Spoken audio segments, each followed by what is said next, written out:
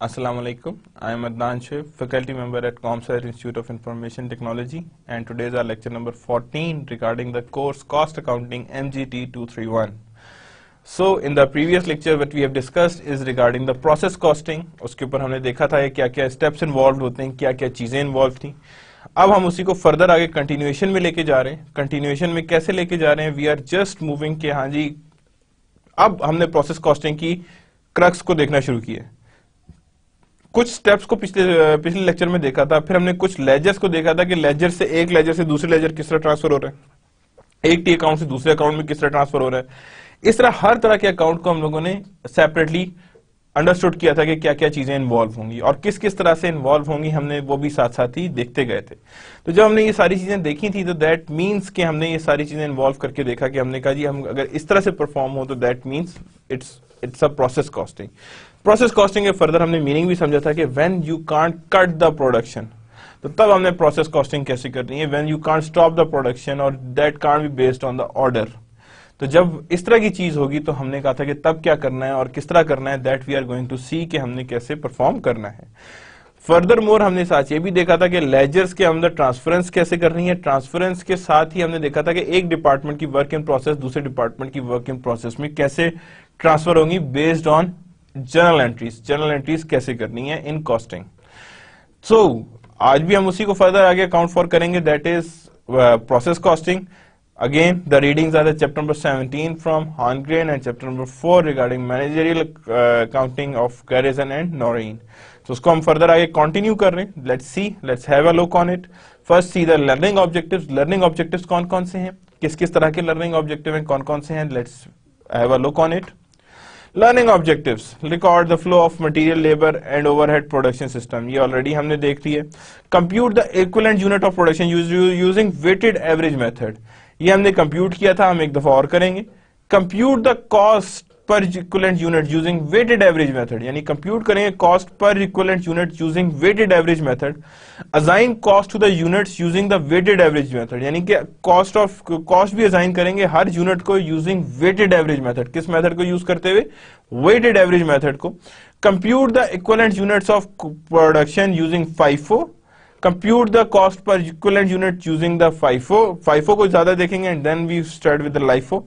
Allocate service department cost to operating department using direct material, यानी direct method को use करते हुए आगे चलेंगे. To allocate service department cost to operating department using step down method, यानी कि service department cost operating department को लगाएंगे using the step down method. कौन सा मेथड यूज करते हुए? स्टेप डाउन मेथड को यूज करते हुए we are going to allocate this cost, यानी इस कॉस्ट को हम एलोकेट करते हुए इस तरह हमने इसे आइडेंटिफाई करके लगाएंगे कॉस्ट को. So starting with the topic. Now last time हम लोगों ने लेजर्स पे बात रोकी थी कि लेजर्स पे हमारे पास चीजें जो हैं वो क्या था कि at the end cost of goods sold पे आ गई थी और जिसमें हमने एंट्रीज की थी account receivables to sales and cost of goods sold to finished good and cost of goods sold to finished goods. Now equivalent unit of production की तरफ बात करते हैं. Equivalent units are the product of number of partially completed units. अब इसकी actual मतलब है कि जो प्रोडक्ट आधा कंप्लीट हो गया वो एक्चुअली कितने यूनिट कंप्लीट हुए फिर, and the percentage of completion of unit, के कितने परसेंट कंप्लीट है, यानी percentage of completion into number of units. तो आप कहेंगे हाँ जी इतने यूनिट्स कंप्लीट हो चुके हैं. So this is known as equivalent unit. इसे क्या कहते हैं हम? equivalent unit. We need to calculate equivalent unit because department usually have some partially completed units in its beginning and ending inventory. हमें जरूरत होती है कि ये equivalent units कैलकुलेट करें because हर ऑर्गेनाइजेशन के पास beginning या ending में कुछ partially completed units होते हैं. क्या चीज होती है उनके पास? पार्शियली कंप्लीटेड यूनिट्स होते हैं. और partially completed units beginning inventory में भी एग्जिस्ट कर रहे होंगे और एंडिंग इन्वेंटरी में भी एग्जिस्ट कर रहे होंगे. Equivalent units basic idea: 2 half completed products are equivalent to 1 completed units, यानी कि अगर 2 प्रोडक्ट्स आधे हैं तो वो एक कंप्लीट यूनिट के बराबर हैं. That is the basic crux या basic concept behind equivalent units. ये एक बेसिक कॉन्सेप्ट है जो इक्विवेलेंट यूनिट्स के बैक पे रहता है या बेसिक आइडिया है जो उसके बैक पे रहता है कि 2 half completed units are equivalent to 1 completed unit. So 1000 units 70% complete, तो 1000 multiply by 70%, sorry 10,000 units multiply by 70%, यानी 10,000 यूनिट्स हैं और 70% कंप्लीट हैं, दैट मींस 7000 यूनिट्स कंप्लीट हैं। That is the basic idea behind the equivalent units. ये होता है basic idea of equivalent units, कि ये इक्विवेलेंट यूनिट्स काउंट होते हैं कि when we talk about a basic idea, तो बेसिक आइडिया में क्या चीजें आती हैं, दैट इज कि हमारे पास 10,000 यूनिट्स हैं, 70% कंप्लीट है। क्या है, 10,000 यूनिट्स हैं एंड दे आर 70% कंप्लीट, वो 70% कंप्लीट है। Quick check, for a current period John started 15,000 units, कितने स्टार्ट हुए यूनिट्स, 15,000 स्टूडेंट यूनिट्स स्टार्ट हुए, and completed 10,000 units, leaving 5,000 units in process, 30% complete, कितने percent complete, 30%। How many equivalent units of production did John have for this period. अब यहां पे कितने 10,000 complete हो चुके थे, कंप्लीटेड है, प्लस 5,000 यूनिट्स में से 30% कंप्लीट है, कितने हैं 5,000 यूनिट्स में 30% जो है वो कंप्लीट है। तो जब 30% कंप्लीट है तो इसका मतलब है 5,000 का हम 30% ले लेंगे, क्या करेंगे हम 30% ले लेंगे, तो ये तकरीबन बन देंगे 11,500, लेट्स सी, तो दैट मींस 11,500, कितना बन रहा है ये 11,500 इज द राइट आंसर। यही हमारे पास आंसर आ रहा है कि व्हेन 10,000 प्लस 5,000 यूनिट इंटू 0.30, तो ये क्या आ जाएगा 11,500 इक्विवेलेंट यूनिट्स, कितने आ रहे हैं 11,500 इक्विवेलेंट यूनिट्स आ रहे हैं। तो ये इक्विवेलेंट यूनिट्स जितने भी आएंगे वो दैट इज समथिंग कि यहां पे ये 10,000 के करीब करीब पे ही लाई करेंगे। Calculating equivalent unit, equivalent units किस किस तरह से कैलकुलेट होते हैं, 2 ways, first in first out method से भी होते हैं और वेटेड एवरेज मेथड से भी होते हैं। याद रखिएगा इन दोनों मेथड में से आसान कौन सा है, वो है वेटेड एवरेज मेथड, लेकिन जो समझ में ज्यादा है दैट मींस के that is first in first out on the FIFO chapter, ठीक है ना, FIFO है, that is being done on the appendix. Appendix में ज्यादा डिटेल्स दी हुई है, अपेंडिक्स आप अपनी बुक का देख लीजिएगा, हॉर्नग्रेन में यू कैन इजीली फाइंड कि वहां पे इजी बहुत ज्यादा डिटेल में दिया हुआ है कि फर्स्ट इन फर्स्ट आउट को हमने कैसे डील करना है, ठीक है ना। और वेटेड एवरेज मेथड आपके हॉर्नग्रेन की 14th एडिशन के मेन में दिया हुआ है, सो यू कैन इजीली सी कि वहां पे कैसे परफॉर्म हो रहा है। बट जारी बात है first in first round is equally important, that doesn't mean we are going to leave the appendix, appendix is equally important, बहुत important topic है कि first in first out कैसे डील किया जाता है, we have to see them कि किस तरह से हमने first in first out को साथ लेके चलना है और किस किस तरह से उसे सामने लेके आना है। so we are going to see कि हम लोगों ने कैसे इस चीज को क्लियर करके सामने लाना है। Equivalent unit of production weighted average method, पहले मेथड की तरफ आ रहे हैं, weighted average method makes no distinction between work done in prior and current period, यानी कोई डिस्टिंक्शन नहीं होती प्रीयर पीरियड या करंट पीरियड में। ब्लेंड टुगेदर यूनिट्स, दोनों यूनिट्स को क्या करता है, इकट्ठा कर देता है, एक साथ कर देता है, फ्रॉम प्रायर करंट पीरियड, और जो भी होता है उसे प्रायर करंट पीरियड के साथ कलेक्ट कर लेता है, यानी आपस में मिक्स कर देता है, ब्लेंड कर देता है चीजों को, क्या कर देता है वो मिक्स कर देता है और ब्लेंड कर देता है। Together units and cost for a period prior period current period and current period. Determines equivalent unit of production, क्या करता है, डिटरमिन करता है equivalent units of production for a department, क्या करता है equivalent units of production for a department by adding together the number of units, यानी determine करता है इक्विवेलेंट यूनिट्स ऑफ प्रोडक्शन को, इक्विवेलेंट यूनिट्स ऑफ प्रोडक्शन जितनी भी हैं फॉर अ डिपार्टमेंट, यानी equivalent unit of production for a department by adding together the number of units transferred out, यानी transferred out plus equivalent units in ending work in process inventory, इन दोनों को add करके तब आपको बताता है कि determine equivalent units of production कितनी है, यानी ये सारा कुछ ऐड कर देता है for maintaining the transferred out plus equivalent units in ending work in process inventory, के equivalent units in ending work in process inventory कितनी है और कितने पे लाई कर रही है। ट्रीटमेंट ऑफ डायरेक्ट लेबर कितना है जी, डायरेक्ट मटेरियल यहां पे है, डायरेक्ट लेबर इतनी है, कन्वर्जन इतना है। डायरेक्ट लेबर कॉस्ट में बी स्मॉल इन कंपैरिजन, अब वो कह रहे हैं डायरेक्ट लेबर जो है वो स्मॉल है in comparison to other product in process costing system. याद रखिएगा डायरेक्ट लेबर जो होती है वो प्रोसेस कॉस्टिंग में थोड़ी होती है, क्यों होती है थोड़ी, बिकॉज प्रोसेस कॉस्टिंग नॉर्मली उन फर्म्स की होती है जो बहुत ज्यादा कैपिटल इंटेंसिव होते हैं, जहां पे कैपिटल की रिक्वायरमेंट बहुत ज्यादा होती है, जहां पे कैपिटल ही रिक्वायर्ड होता है, जहां पे कैपिटल की हर चीज देखी जाती है कि हाँ जी कैपिटल का ये कैपिटल का वो, मींस मशीनें ज्यादा काम करती हैं, लेबर कम काम करता है। वहां पे सिर्फ लेबर इस काम के लिए रखा जाता है कि on the machine, of the machine and maintain the machine, यानी मशीन्स पे ज्यादा होते हैं। तो दैट्स वाई प्रोसेस कॉस्टिंग में मोस्टली लेबर जो होती है, डायरेक्ट लेबर की जो होती है वो कम होती है, because process costing is the mostly capital intensive process. क्या होती है ये? कैपिटल इंटेंसिव, लेबर इंटेंसिव नहीं होता। यहाँ पे कैपिटल की रिक्वायरमेंट ज्यादा होती है, कैपिटल को ज्यादा सामने रखा जाता है। तो यहाँ पे क्या आगे dollar amount, type of product cost. अब देखें प्रोडक्ट कॉस्ट सबसे ज्यादा किसकी लगती है? मटेरियल की होती है, देन ओवरहेड्स आते हैं, देन डायरेक्ट लेबर आते हैं, और यहाँ डॉलर अमाउंट आ गई है। तो ये हमारे पास होता है that treatment of direct labour की। ये नाउ हमने क्या किया? Direct labour and manufacturing overhead में be combined to one product cost called conversion cost. इसीलिए जब थोड़ी है वो, तो हमने क्या किया है? ओवरहेड्स और डायरेक्ट लेबर को आपस में कंबाइन कर दिया और एक नाम दे दिया, that is known as conversion cost. क्या कह दिया उसे हमने? Conversion cost, because conversion cost ही हमारे सामने नजर आ रही है। अब ये देखें, इतना पोर्शन क्या कहलाएगा? डिफरेंट कॉस्ट है, इतना पोर्शन डिफरेंट है। ये OH है, ये डायरेक्ट लेबर है, और ये डायरेक्ट मटीरियल है।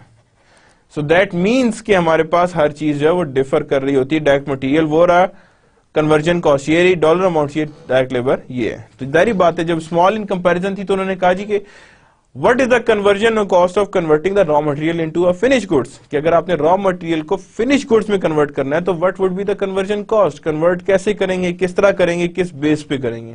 So that we are going to see कि हम लोग किस तरह इसी कन्वर्जन कॉस्ट को सामने ला सकते हैं या क्या है। तो दैट इसलिए किया ये हमने कि डायरेक्ट लेबर और FOH को कंबाइन किया और एक कॉस्ट का नाम दिया, that is known as conversion cost. Okay जी, weighted average example, double diamond skies reported the following activities shaping and milling department for a month of May. वो कहता है जी शेपिंग एंड मिलिंग डिपार्टमेंट की ये रिपोर्ट हुई है। Units beginning work in process 200 थे, unit started in the production in मे 5000 थे, यूनिट्स कंप्लीटेड 480 थे, 4800 थे, और यूनिट्स जो work ending work in process that is 4000 and 2500 थे। नाउ अब ये देखें तो गौर से देखें तो ये सारी डिटेल्स ऑलरेडी दी हुई है, that means it's a step 1। कौन सा स्टेप है ये सारा का सारा स्टेप 1 है। मटेरियल 55% कंप्लीट है, वर्क इन प्रोसेस का कन्वर्जन 30 है, कंप्लीटेड जो है वो यूनिट्स वो 100% है, एंडिंग वर्क इन प्रोसेस 40 और 25 पे रहती है। तो पहले हम लोग क्या करेंगे? सबसे पहले हम स्टार्ट करेंगे unit completed and transfer. First step is calculating the equivalent units. क्या करना है हमने? इक्विवेलेंट यूनिट्स डेवलप करने। तो यूनिट्स कंप्लीटेड एंड ट्रांसफर्ड कितने थे? 4800। तो मटेरियल कन्वर्जन जो है वो हमने निकाल ली, ठीक है, इक्विवेलेंट यूनिट्स। उसके बाद पहले आएंगे किसकी? बिगनिंग वर्क इन प्रोसेस की। तो बिगनिंग वर्क इन प्रोसेस में जून में 400 यूनिट्स से 40% कंप्लीट हुए और 400 यूनिट्स 25%। ये अब किसकी हुई है?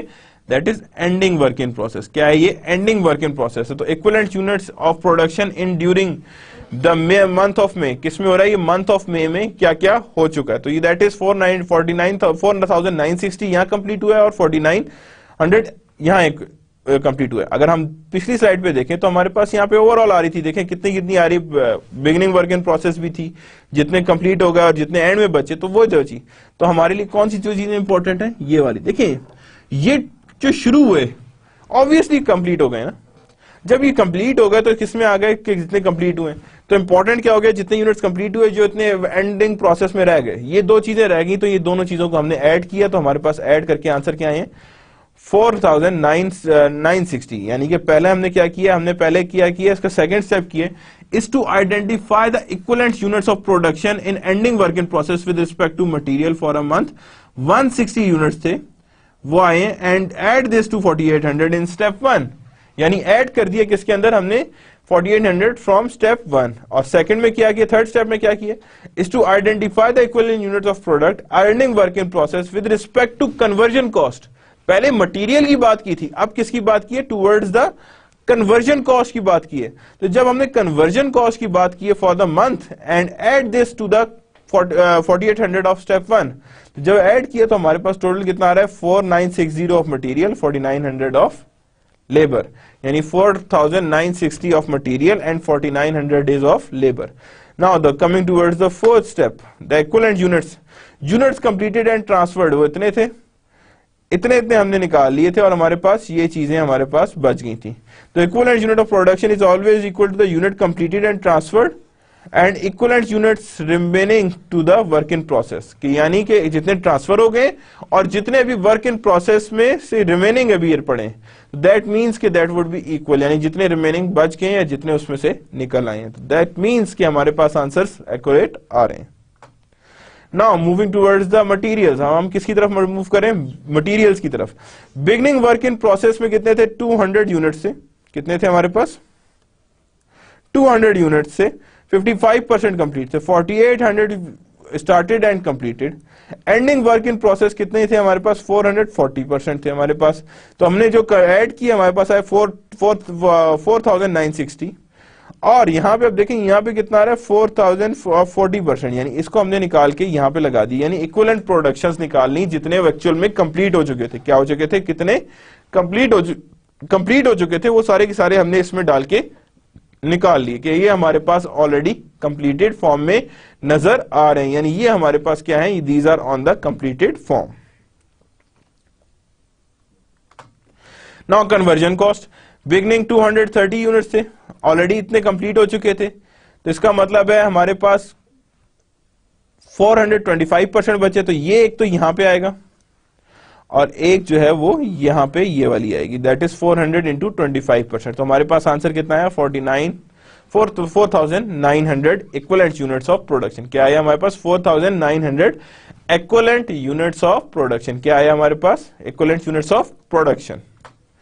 अब देखें beginning work in process inventories आ गई हैं।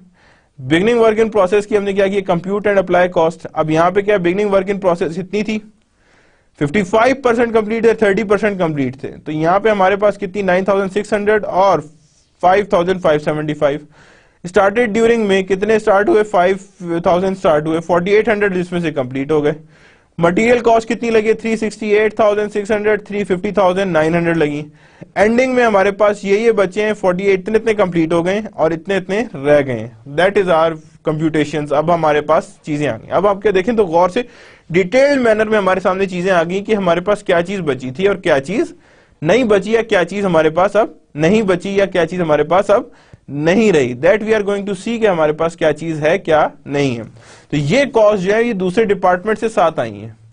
ये कॉस्ट जो थी ये आपने अप्लाई की, और ये हमने देखा है कि एक जो है वो मटेरियल के हिसाब से 40% कंप्लीट है, एक जो है वो कन्वर्जन कॉस्ट के हिसाब से 25% कंप्लीट है। तो यानी अब याद रखिएगा एक डिपार्टमेंट का पुश अब सेकंड डिपार्टमेंट भी आ रहा है, तो जब सेकंड डिपार्टमेंट भी आ रहा है तो सेकंड डिपार्टमेंट से आगे फर्दर थर्ड डिपार्टमेंट अगर होगा तो वहां पे जाएगा। So that means material conversion पहले गया 9600 and 5575 is there. Production started during May आ गया 5000 and production completed during May that is 4800।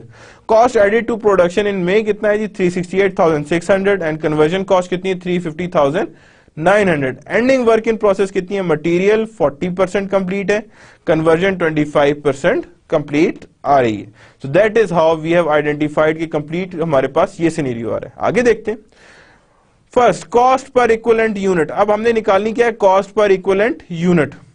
Cost of beginning inventory plus cost added during period, तो equivalent unit of production. Cost of beginning work in process inventory, तो पहले हमने क्या किया, cost of beginning work in process या May 1 की इतनी थी, that is 15,175। Cost added and shipping and milling department, तो टोटल कॉस्ट कितनी हुई है, दैट इज 734। मटेरियल 9600 का था, 575 यहां पे ये एडेड था, तो ये हमारे पास चीजें आ गई हैं। अब हमने क्या किया, ऐसे इक्विवेलेंट यूनिट्स कितने थे हमारे पास, 5009 इतने और इतने थे हमारे पास। इनको जब डिवाइड किया तो क्या आ गया हमारे पास, that is known as material unit cost and that is known as conversion unit cost. तो दोनों को मिलाया तो हमारे पास कितनी आ रही, that is our total cost. कैसे आया है, दैट मीन्स इन दोनों को आपस में डिवाइड किया, इन दोनों को आपस में डिवाइड किया, तो ये हमारे पास क्या चीज निकाल दी उसने, यूनिट कॉस्ट निकाल दी। क्या निकाल दी उसने, ये यूनिट कॉस्ट आपके सामने रख दी है। तो जब यूनिट कॉस्ट हमारे पास आ गया 76.25 एंड 72.75, तो total cost per equivalent unit is 76.25 72, तो यहां पे हमारे पास टोटल आ गया है, that is known as cost per equivalent units. क्या निकाल दिया हमने, कॉस्ट पर इक्विवेलेंट यूनिट्स हमने निकाल लिया, यानी टोटल हमारे पास ये कॉस्ट हमारे पास एडेड हो गई है। ठीक है ना, पहले हमारे पास क्या था, यहां पे cost of beginning work in process inventory, beginning work in process कितनी अमाउंट की कॉस्ट की थी, तो हमारे पास कितनी की थी वो 9,600 एंड 5,575। तो हमने उसके हिसाब से क्या निकाली, अपने पास ओवरऑल कॉस्टिंग निकाल ली। अब देखें वो कैसा निकली है, दैट इज 356, 475, 4900 से डिवाइड किया तो दैट इज 7275। तो हमारे पास आंसर क्या आ रहा है 149, यानी 150, ऑलमोस्ट 150 कॉस्ट पर यूनिट आ रही है, पर इक्विवेलेंट यूनिट आ रही है, यानी 149 पर यूनिट आ रही है कॉस्ट। कितनी आ रही है 149 पर यूनिट ऑफ कॉस्ट आपके सामने नजर आ रही है। दैट इज द कॉस्ट जो वहां पे एक्चुअल में लग रही है। And now we can see कि अप्लाइंग कॉस्ट कैसे करनी है, किस किस तरह से हमने कॉस्ट अप्लाई करनी है। Applying cost, shaping and milling department, cost of ending work in process and unit transferred out. अब एंडिंग वर्क इन प्रोसेस के कितने थे, यहां पे मटेरियल कितने थे, and equivalent unit of production भी हमने निकाल लिए थे, that is 100। Then cost per equivalent units भी आ गए हमारे पास कि कितने इक्विवेलेंट यूनिट्स हैं। कैसे निकला था ये वाले, हमारे पास 400 को हमने जब 25% से मल्टीप्लाई किया था और 400 को हमने जब किससे मल्टीप्लाई किया था, हमने 40% से मल्टीप्लाई किया था, तो हमारे पास ये आंसर आया था और ये आंसर आया था। कॉस्ट पर इक्विवेलेंट यूनिट्स कितनी आ रही, 76.25 आ रही। कितनी आ रही है हमारे पास 76.25 एग्जिस्ट कर रही है। जब 76.25 एग्जिस्ट कर रही है तो that means this is our unit cost. क्या है ये हमारी यूनिट कॉस्ट एग्जिस्ट कर रही है। नेक्स्ट है cost of ending work in process inventory, that is of 12,000। इन दोनों को हमने मल्टीप्लाई किया, दोनों मल्टीप्लाई हुए, तो यहां पे हमारे पास 72,725 आ गया। Cost of work in process ending निकल आई हमारे पास, जितनी है वो 19,475। कितनी है वो 19,475 है। जब 19,475 is the total cost of work in process, कितनी है वो 90, इतनी हमारे पास वर्क इन प्रोसेस में है। Units completed and transferred out 48,100 इसके भी हैं, 4800 इसके भी हैं। ये अब किससे मल्टीप्लाई होंगे, मल्टीप्लाई बाय 76.25 एंड 72.75। तो ये बाकी किस में ट्रांसफर हो जाएंगे, towards the overall finish goods. तो कितनी ट्रांसफर्ड आउट हुई है, दैट इज ट्रांसफर्ड आउट हुई है ऑलमोस्ट 715,200। कितनी ट्रांसफरिंग हुई है 715,200। तो इतनी हमारे पास ट्रांसफरिंग हो चुकी है या इतनी हो रही है, इतनी तुम्हारे सामने ट्रांसफरिंग परफॉर्म हो चुकी है। Then cost to be accounted for, cost of beginning work in process inventory ये थी, कॉस्ट एडेड ड्यूरिंग प्रोडक्शन वो ये थी, तो that means that we have a 734,675। ये हमारे पास आंसर आ रहा है 734,675, यानी टोटल कॉस्ट जो हमारे पास आइडेंटिफाई होके लगी है दैट इज 734,675। कितनी लगी है वो 734,675 हमारे पास कॉस्ट लगी है। Cost accounted for as follow, 19,000 ये थी, 715 ये थी हमारे पास, तो that is equivalent to this one. यानी हमारे पास कॉस्ट एडेड इतनी हुई थी डिपार्टमेंट से, ये इतनी आई थी, कॉस्ट ऑफ एंडिंग इन्वेंट्री इतनी है और कॉस्ट ट्रांसफर्ड आउट इतनी आ रही है। तो दोनों देखें तो यहाँ पे दोनों के दोनों इक्वल की साइड पे आ रहे हैं, यानी दोनों के दोनों बराबर साइड पे आ रहे हैं कि कितनी कितनी कॉस्ट पे लाई कर रहे हैं, यानी this is the cost on which they are actually lying. तो that's how we have accounted for the cost. Now we are moving towards the operating costing. Operation costing. Operation costing क्या होती है? Operation cost is the hybrid job order and process costing. हमने last time भी पढ़ी थी जिसे हम कहा था हाइब्रिड कॉस्टिंग। क्या कहा था उसे हमने? Hybrid costing. Hybrid costing means when we have both qualities, job order and process costing, यानी दोनों चीजें इन्वॉल्व हैं, जॉब ऑर्डर भी इन्वॉल्व है और प्रोसेस भी इन्वॉल्व है, यानी दोनों चीजें इसके अंदर इन्वॉल्व हैं। Operation cost is a hybrid cost of job order and process costing because it possesses the attributes of both approaches, यानी दोनों अप्रोचेस के ये जो एट्रीब्यूट्स हैं उसको सामने रख के ये काम करते हैं, यानी उनको सामने रखते हुए ये चीजें नजर आती हैं कि that possesses the both the attributes. Operation costing is commonly used when batches of many different products pass through the same processing departments, यानी कि डिफरेंट प्रोडक्ट्स हैं लेकिन एक बैचिंग प्रोसेस से ही पास हो रहे हैं। फॉर एग्जांपल आप 3 तरह के बिस्किट बना रहे हैं और तीनों तरह के बिस्किट को सेम पैकेजिंग होनी है, सो दैट मीन्स कि आपने उसे एक ही पैकेजिंग प्रोसेसिंग से गुजारना है। जब आपने उसे एक ही पैकेजिंग प्रोसेस से गुजारना है तो याद रखिएगा कि वहां पे आपको फिर बिस्किट की इंडिविजुअल जॉब ऑर्डर चल रही होगी, लेकिन आपने जो पैकेजिंग की बेस पे करेंगे that is related to process costing, यानी हर चीज उसमें एक प्रोसेस के थ्रू लेके चल रहे होंगे, यानी प्रोसेस देख के ही आप प्रोसेस कॉस्टिंग की तरफ लेकर जा रहे होंगे, यानी प्रोसेस कॉस्टिंग ही आपको गाइड करेगी किस तरफ लेके जाना है। Means first job order based allocation, job order based allocation and then process costing, then process costing for packaging. For packaging आपके पास क्या आ जाएगी, प्रोसेस कॉस्टिंग। तो जब आपके पास प्रोसेस कॉस्टिंग आ जाएगी फॉर पैकेजिंग, तो then it would be a hybrid costing. क्या कहते हैं इसे, हाइब्रिड कॉस्टिंग, यानी ये हमारे पास हाइब्रिड कॉस्टिंग बन जाएगी जिसे हम कहते हैं ऑपरेशंस कॉस्टिंग। क्या कहते हैं इसे हम, operations costing. FIFO versus weighted average method. Now we are moving towards के FIFO और वेटेड एवरेज मेथड में क्या डिफरेंस है। FIFO method generally consider more accurate than the weighted average method. अभी तक हम क्या कर रहे थे, वेटेड एवरेज मेथड को लेके चल रहे थे। Now we are moving towards the FIFO method. अब FIFO मेथड का मतलब क्या होता है, लास्ट टाइम भी हमने डिस्कस किया था, इस दफा थोड़ा सा डिटेल में देखते हैं। When we talk about a FIFO method, किसकी बात करते हैं हम, FIFO मेथड की बात करते हैं। तो याद रखिएगा इसका मतलब होता है फर्स्ट इन फर्स्ट आउट। जो चीज पहले ली गई है वो पहले यूज होगी, जो चीज बाद में ली गई है वो बाद में यूज होगी। यानी फर्स्ट इन पहले आया, फर्स्ट आउट पहले जाए। तो that means the thing that is being purchased first should be used first and the thing that is purchased last should be used in last. So that is known as FIFO, first in first out.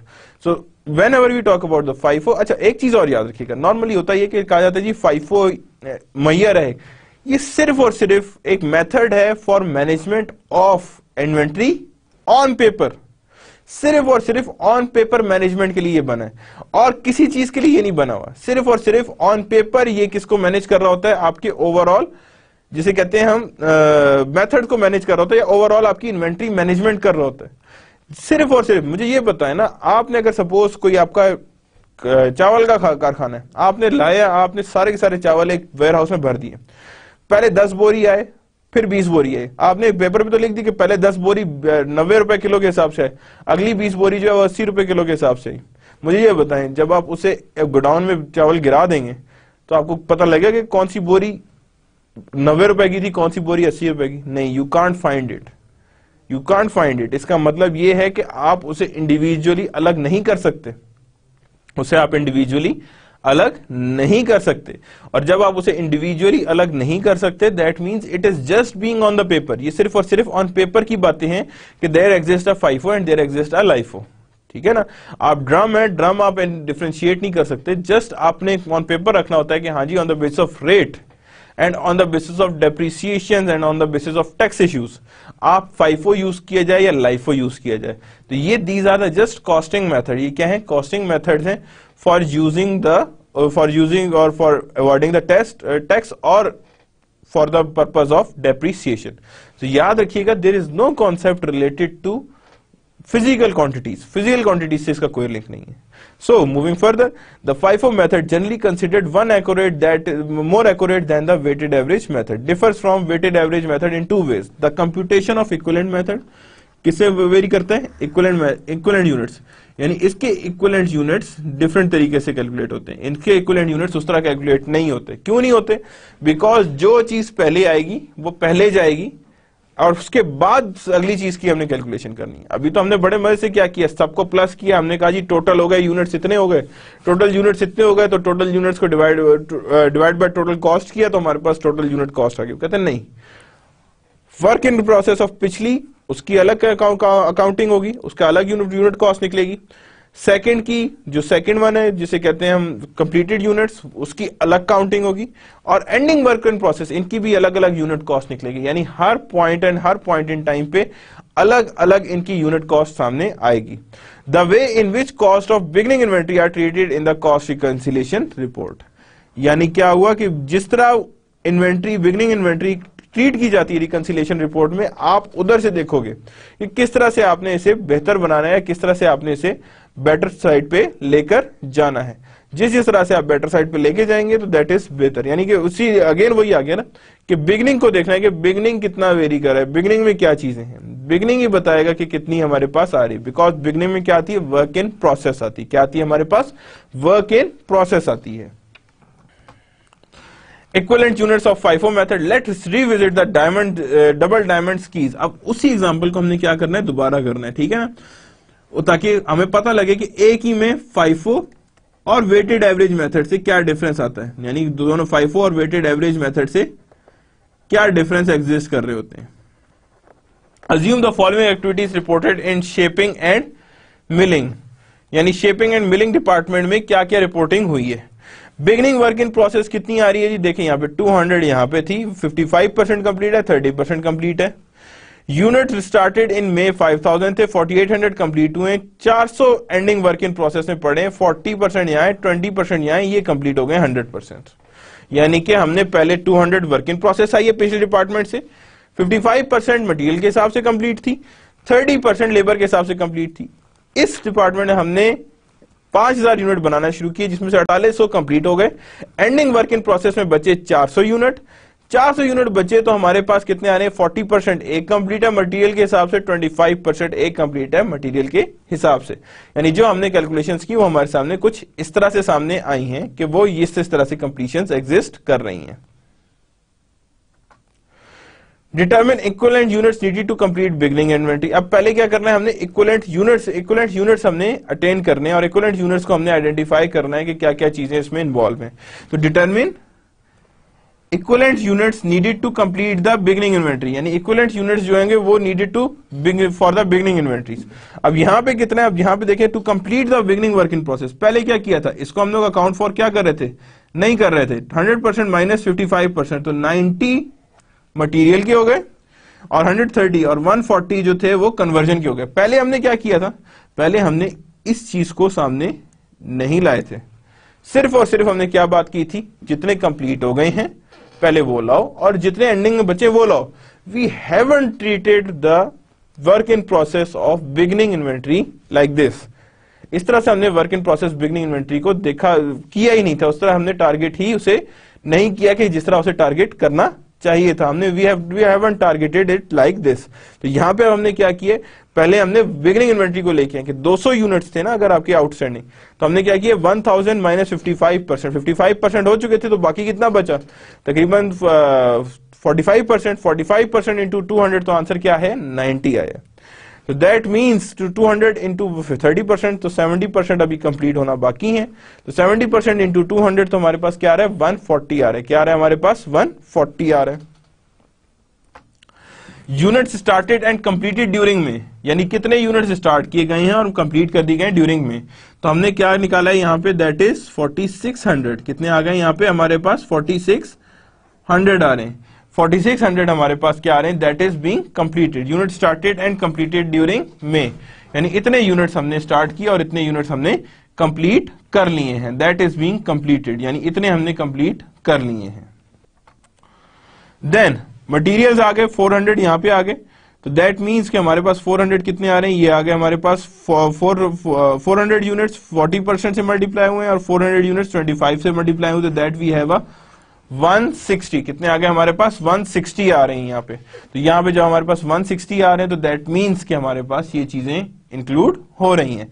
अच्छा, आपने एक चीज गौर की होगी यहाँ पे कि यहाँ पे 4600 क्यों है।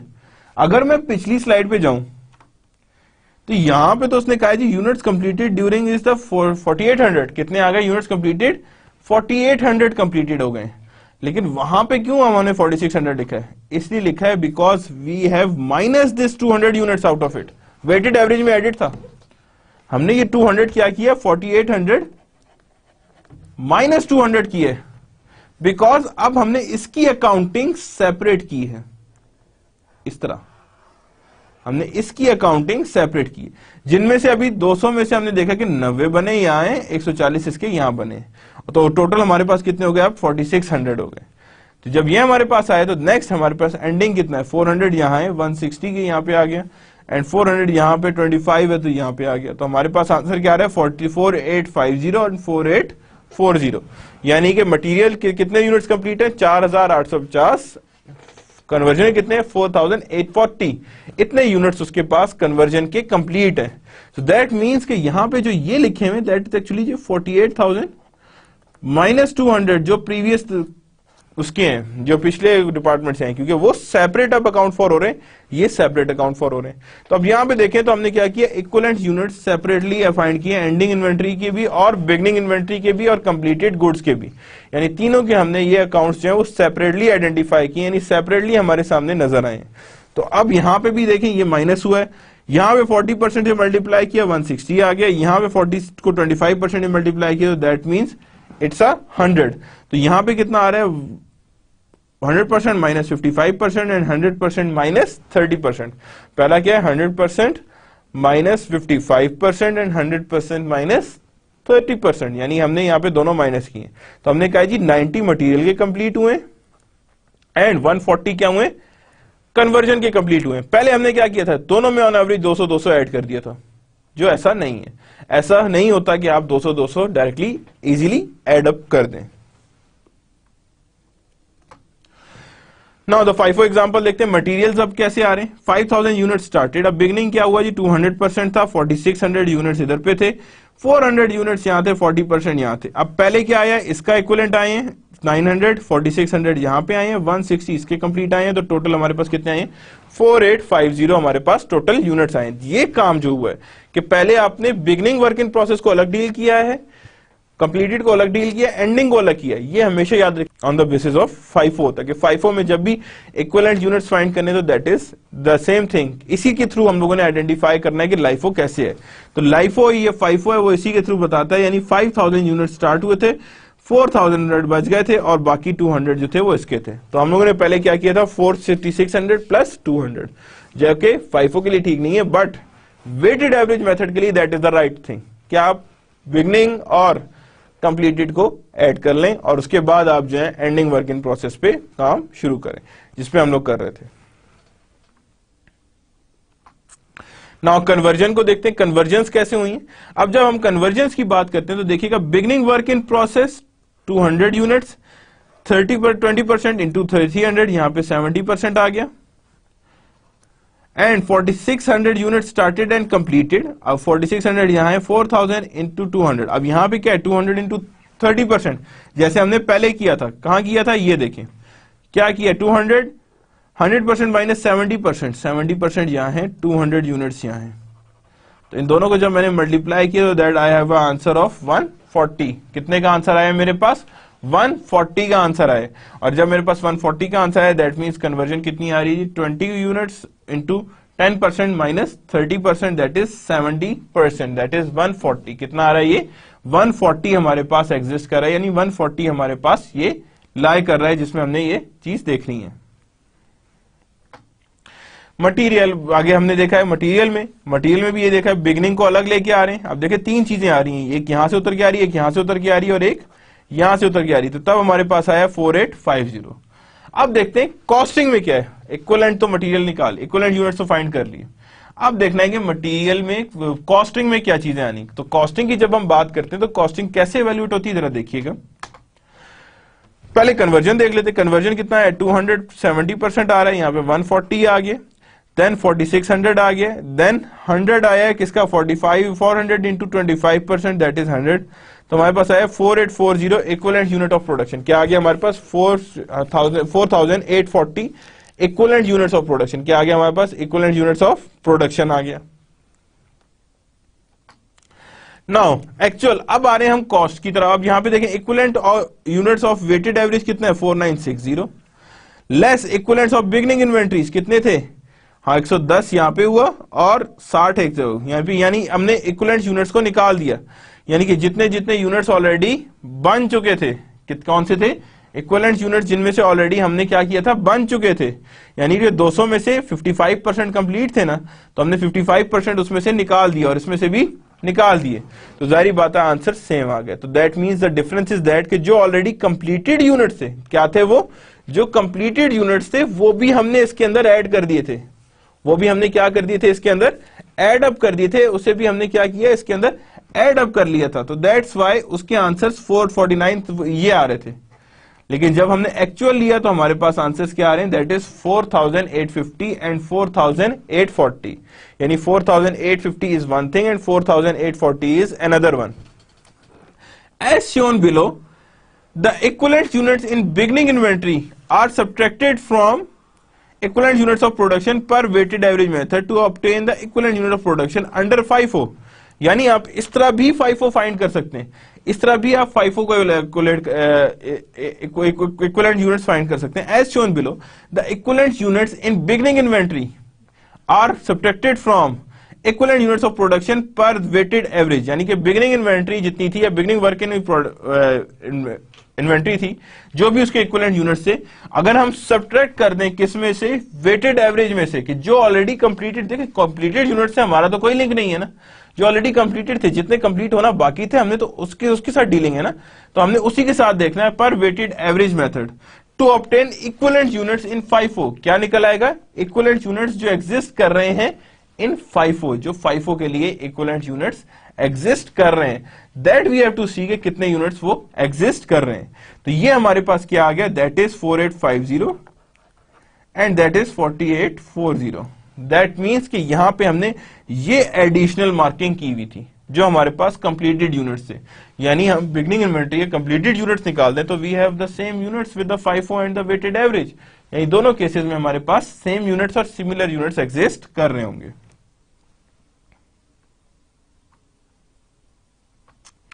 Cost per unit FIFO, cost per equivalent unit कैसे निकलती है, किस तरह निकल रही है? Let's revisit double diamond skis shaping department for month of may.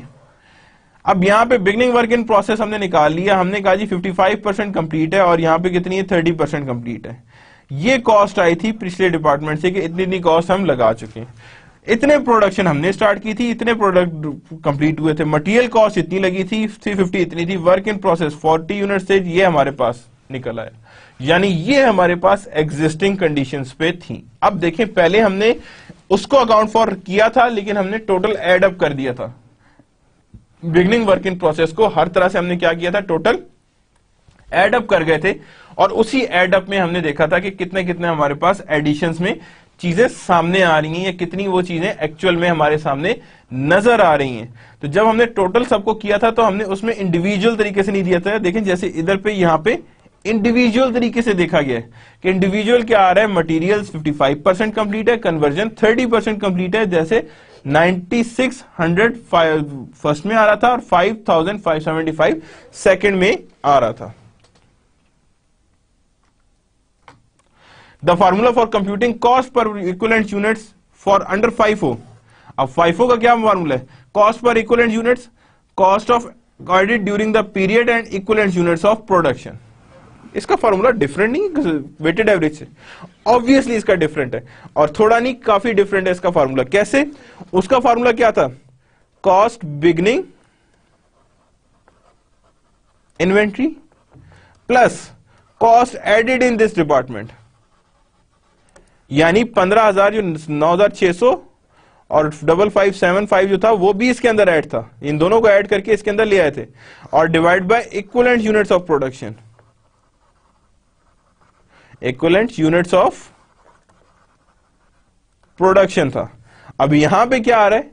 Cost during added during the period, यानी कि सिर्फ इस पीरियड की, करंट पीरियड की जिसमें आपने काम किया, करंट की कॉस्ट लगाएं and equivalent unit of production add करें. यानी करंट की कॉस्ट हो और सिर्फ उसके अंदर और क्या हो?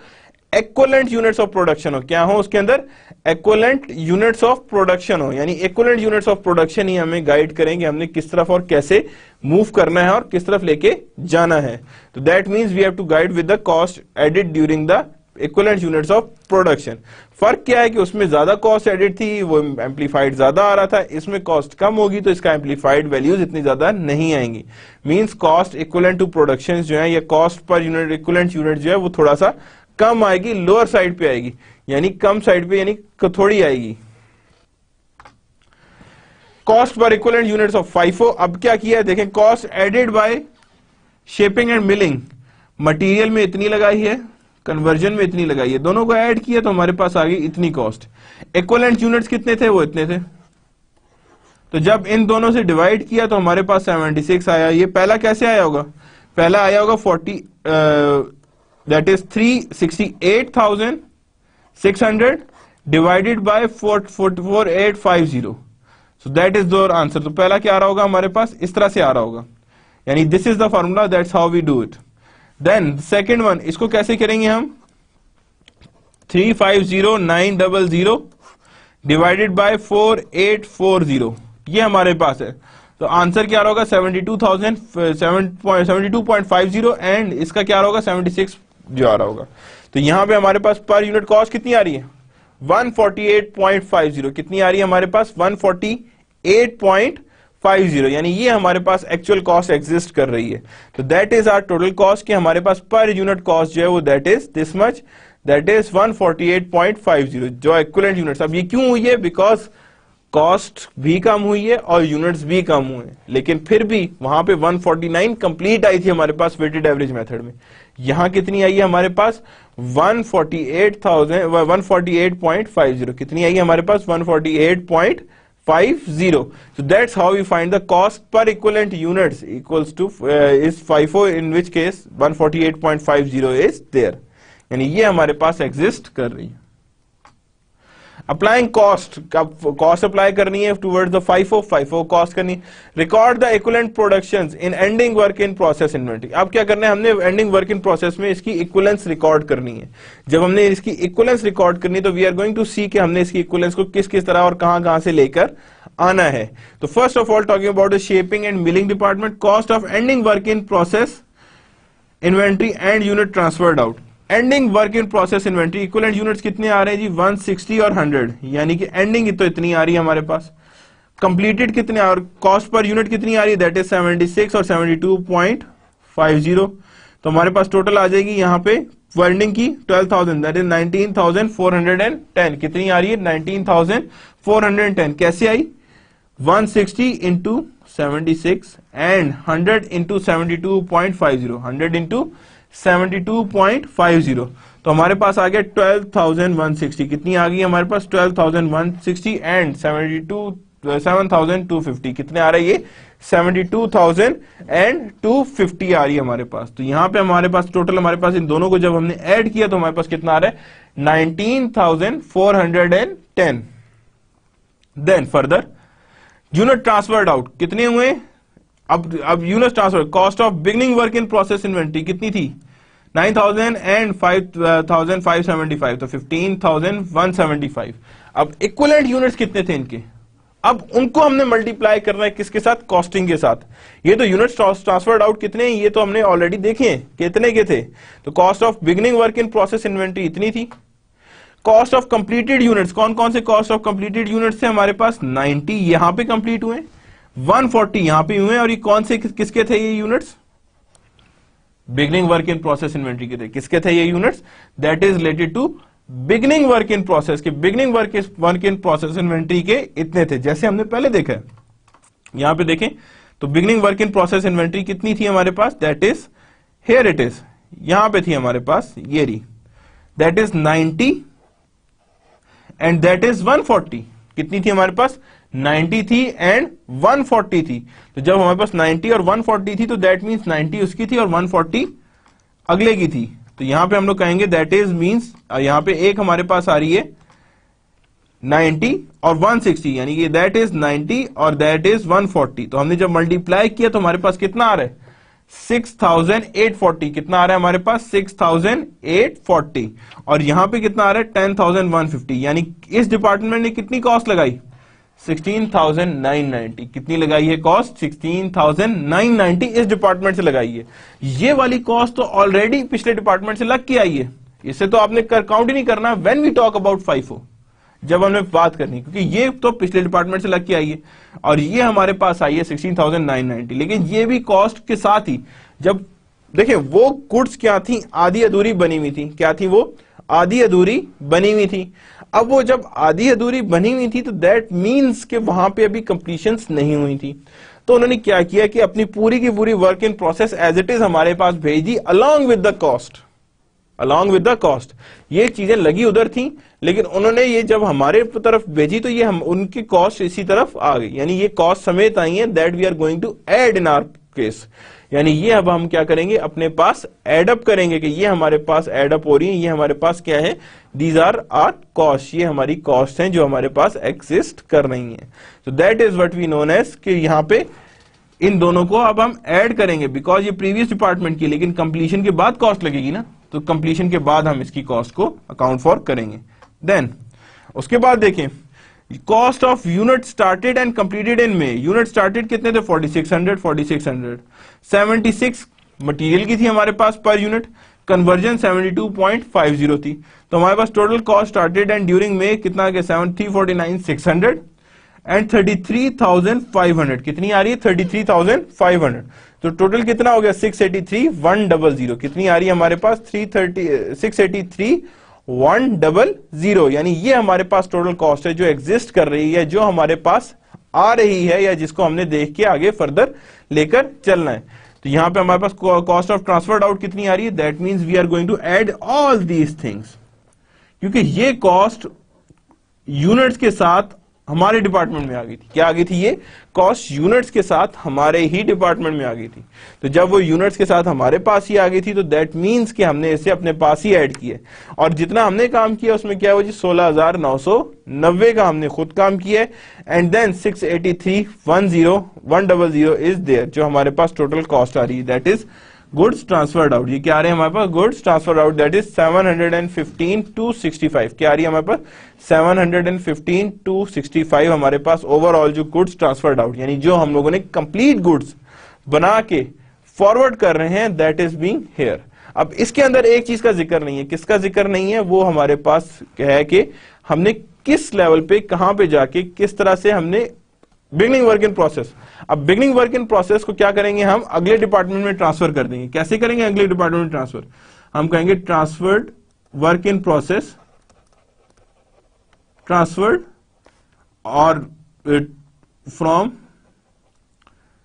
कौन सा था S&M to work in process, यानी कि इन प्रोसेस ऑफ S&M।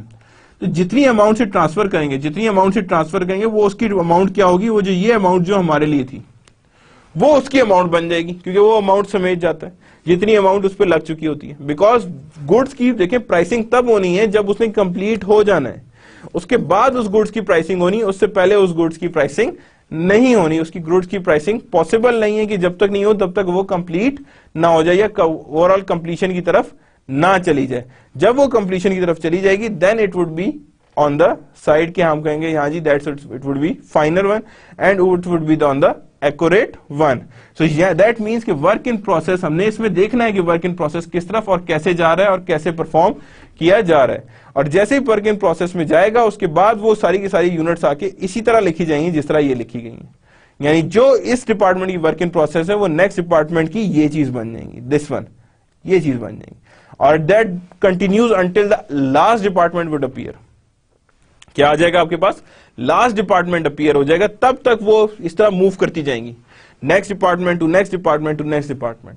तो यानी means to say what I am trying to say कि यहां पे सिर्फ दो डिपार्टमेंट नहीं बल्कि दो से ज्यादा 3, 4, 5 डिपार्टमेंट्स में भी ये चीज एग्जिस्ट कर सकती है।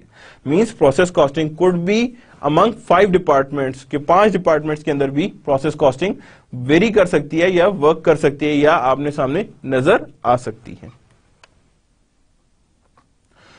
नाउ रिकंसाइलिंग कॉस्ट, कॉस्ट को रिकंसाइल भी किया जाता है कि जो हमने फाइंड किया वो ठीक भी है गलत है, दैट्स द इंपॉर्टेंट थिंग, ये अपने देखना होता है। तो रिकंसिलेशन क्या है जी, कॉस्ट ऑफ बिगिनिंग इन्वेंटरीज कितनी थी, इतनी थी, cost added in the department during this one, तो ये हमारे पास कितनी है कि 719। अब पहले कितनी थी हमारे पास 683 थी, और 683 और 16,000 हमने ऐड की और इतनी हमने ऐड की तो 715 आ गई है। तो हमारे पास कितनी आ रही है, that is cost to be accounted for 734,675। अब ये 734,675 क्यों है, यहां पे तो कॉस्ट कितनी आ रही है 7,15,265, लेकिन यहां क्यों ज्यादा आ रही है 734,675। एक चीज इसमें एडेड है, कौन सी चीज इसमें एडेड है, इसमें आपका ओवरऑल क्या चीज एंडिंग वर्क इन प्रोसेस भी एडेड है। अब वो क्या करेंगे, एंडिंग वर्क इन प्रोसेस इसमें से क्या करेंगे, we have to deduct it. हम एंडिंग वर्क इन प्रोसेस, जो इसमें से एंडिंग वर्क इन प्रोसेस था 19,475 का, वो हमने क्या किया, cost accounted for as follow, यानी 19,000 ये है, 715,200 यहां पे, और यानी ये क्या cost to be accounted for, यहां पे आ गया cost of beginning work in process, cost added in this department, total आ गया। हमने कहा जी कॉस्ट ट्रांसफर्ड आउट कितना था, यहां पे इतना आ गया, और कॉस्ट वर्क इन प्रोसेस कितने हैं 19,000 475। अब ये जो वर्क इन प्रोसेस है ये अब नेक्स्ट डिपार्टमेंट में जाएगा जिसे हम कहेंगे work in process from previous debit and work in process of this department credit, ताकि सारा का सारा उठ के कहां चला जाए, work in process next department में मूव कर जाए, यानी नेक्स्ट चीज पे मूव कर जाए, यानी जिधर पे भी आपका ओवरऑल रिकंसिलेशंस हो रही हैं, ठीक है ना। सो that is the difference that exist. If I would talk about कि अभी मैं कहूं कि हाँ जी यहां पे देखें, ये when we talk about overall equivalent, तो इक्विवेलेंट में हमारे पास क्या था जब रिकंसाइलेशन कर रहे थे हम, तो यहाँ पे जब हमने यहाँ पे एंड पे आए थे तो दैट मींस कि हमने यहाँ पे क्या शुरू किया था, रिकंसाइलेशन स्टार्ट की थी। हमने रिकंसाइल जब करना शुरू किया था तो हमारे पास क्या आया था, हमारे पास that is overall here it is, that is reconcile. अब रिकंसाइल तो देखें तो दोनों की बराबर ही आ रही है, रिकंसाइल दोनों की बराबर आ रही है, लेकिन जब हमने इससे प्रीवियस पे जाते हैं तो यहां पे हमारे पास क्या आ रहा था, ओवरऑल हमने कहा था यहां पे जो third work in process of previous, उसको कोई अकाउंटिंग नहीं है, सिर्फ एक चीज थी, वो क्या थी, 19,475 के इक्विवेलेंट यूनिट ऑफ प्रोडक्शन है। इक्विवेलेंट यूनिट्स हमने इतने इतने जो थे एंडिंग वर्क इन प्रोसेस के थे वो इतने थे, और बाकी सारे यूनिट्स हमने इसके अंदर एडिड थे। टोटल ऑफ कॉस्ट में कोई डिफरेंस नहीं पड़ा, टोटल ऑफ कॉस्ट में कोई डिफरेंस नहीं पड़ा, उसमें कोई चीज भी डिफर नहीं की, बाकी सारी चीजें सेम थी, लेकिन सिर्फ क्या हुआ कि उसमें वहां पे चीजें वेरी कर गई थी। क्या हुआ वहां पे, हमने कभी भी इसकी वर्क इन प्रोसेस का तो नाम ही नहीं लिया। ये देखें यहां पे हमने कहा क्या, एज ऑन मे के हमने सिर्फ ऐड किया है, अलग अलग नहीं किया, और इसके अंदर वो यूनिट्स भी ऐड कर दिए जो ऑलरेडी कंप्लीट हो चुके थे, जो ऑलरेडी कंप्लीट हो चुके थे, और जो यूनिट्स ऑलरेडी कंप्लीशंस की तरफ जा चुके थे या ओवरऑल परफॉर्म कर चुके थे कि उसमें कंप्लीशंस आ चुकी थी, तो हमें वो यूनिट्स इसमें से निकाल दिए, तो दैट बिकम्स अ FIFO। क्या बन जाएगा वो, FIFO मींस 55% कंप्लीट था, 200 में से 55% को माइनस किया, तो जो हमारे पास आंसर आया उसको हमने कहा जी कि ये यूनिट्स अभी बनने हैं जिन पे हमने अभी कॉस्ट लगानी है, ताकि हमारे पास इंडिविजुअल है। गौर से देखिए अगर ये दोनों मेथड में, तो FIFO और वेटेड एवरेज में से FIFO ज्यादा स्पेसिफाइड है, ज्यादा डिटेल्ड है as compare to weighted average. Weighted average इतना ज्यादा डिटेल्ड नहीं है as compare to FIFO। FIFO में आप वर्क इन प्रोसेस को भी अकाउंट फॉर कर रहे हैं और एक्चुअल इक्विवेलेंट यूनिट्स को ले लें, रादर देन अज्यूमिंग कि हाँ वो सारा का सारा यूनिट तो हमारे पास आ गया।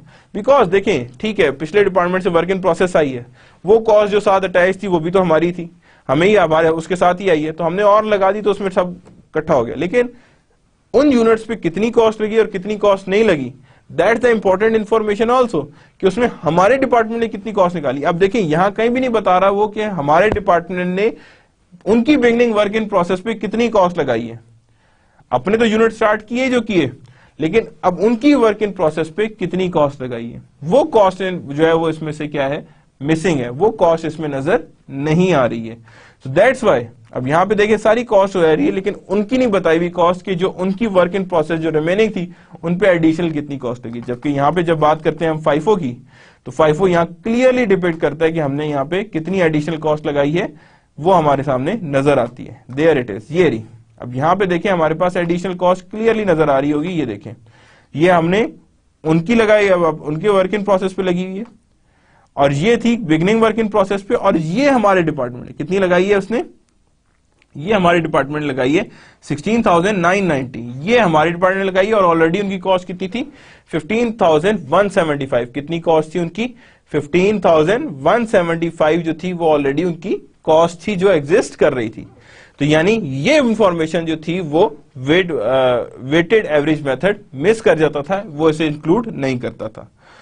सो that's how we can calculate the overall. अब ये देखें ओवरऑल क्या था, वेटेड एवरेज का भी यही आंसर था, FIFO का भी यही आंसर था, लेकिन फर्क क्या था, ये वाला आंसर हर स्पेसिफाइड चीज को अलग से बता रहा है, हर एक चीज को सेपरेट करके सामने रख के बता रहा है, हर एक चीज को क्लियर करके बता रहा है। That means they are reconciling each and everything.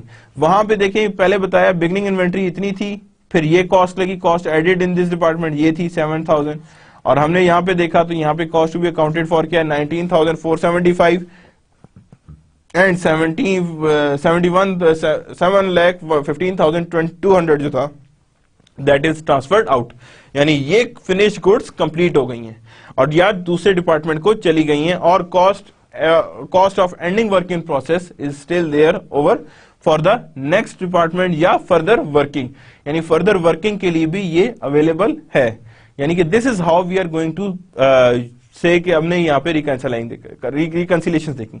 So we are clear कि हमारे पास क्या steps involved है. पहले आपने units count करने, units कितने हैं हमारे पास completed.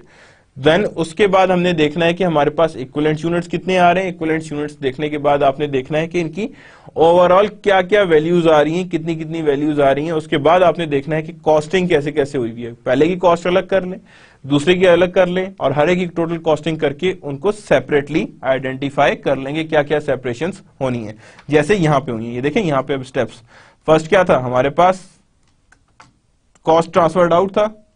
अब यहाँ पे तो ये स्टेप्स आ गए थे. यहाँ पे ये देखें पहले क्या हुआ, हमने स्टेप 1 रिकॉर्ड किया. हमने कहा जी 160 था इक्विवेलेंट वर्क इन प्रोसेस के लिए, इक्विवेलेंट यूनिट ऑफ प्रोडक्शन के लिए. Then cost of equivalent units हमने अलग किए, फिर यहाँ पे हमने सेपरेट किया. और इससे पहले हमारी क्या वर्किंग थी, देयर इट इज, ये हमारी वर्किंग थी जो हमारी वर्किंग ओवरऑल चल रही थी. और इससे पहले की हमारी ये वर्किंग थी जिसमें हमने पूरे यूनिट्स आइडेंटिफाई किए थे कि 90 और 460 इतने थे. देन हमने कहा था कि जी इक्विवेलेंट यूनिट्स इतने आ गए, 200 और 110 इसके माइनस किए तो हमारे पास तब भी आंसर कितना आ रहा है, 480,000 आ रहा है. तो हमारे पास जो हमारे पास टोटल कॉस्ट आ रही थी वो इतनी आती है. अब मटेरियल कॉस्ट को लेके आए ना हम सब, कन्वर्जन कॉस्ट और मटेरियल कॉस्ट साथ आई है. Then cost added during the period and equivalent production. तो हमने यहाँ पे जब कॉस्टिंग हमें पता लगी मटेरियल कॉस्ट कितनी लगी क्या लगी, तो हमने उसके बाद हमने यहाँ पे कॉस्टिंग शुरू की. तुमने कहा 719 लगी है, इतने इतने यूनिट थे तो कॉस्ट पर यूनिट आ गई. तो हमने यहाँ पे कहा 160 और 100 तो क्या था, वर्क इन प्रोसेस के थे, तो हमने यहाँ पे लगाया. हमने कहा जी इतनी तो कर लेगी एंडिंग वर्क इन प्रोसेस. पीछे क्या बचा, हमने कहा एडिशनल इतनी लग चुकी है, इतने इतने यूनिट एडिशनल बनने थे वो हमने बनवा लिए. एंड देन हमारे पास आ गई इतनी एडिशनल कॉस्ट, ये हमारे पास कॉस्ट जनरेट हुई है. सो 715 265 आई है.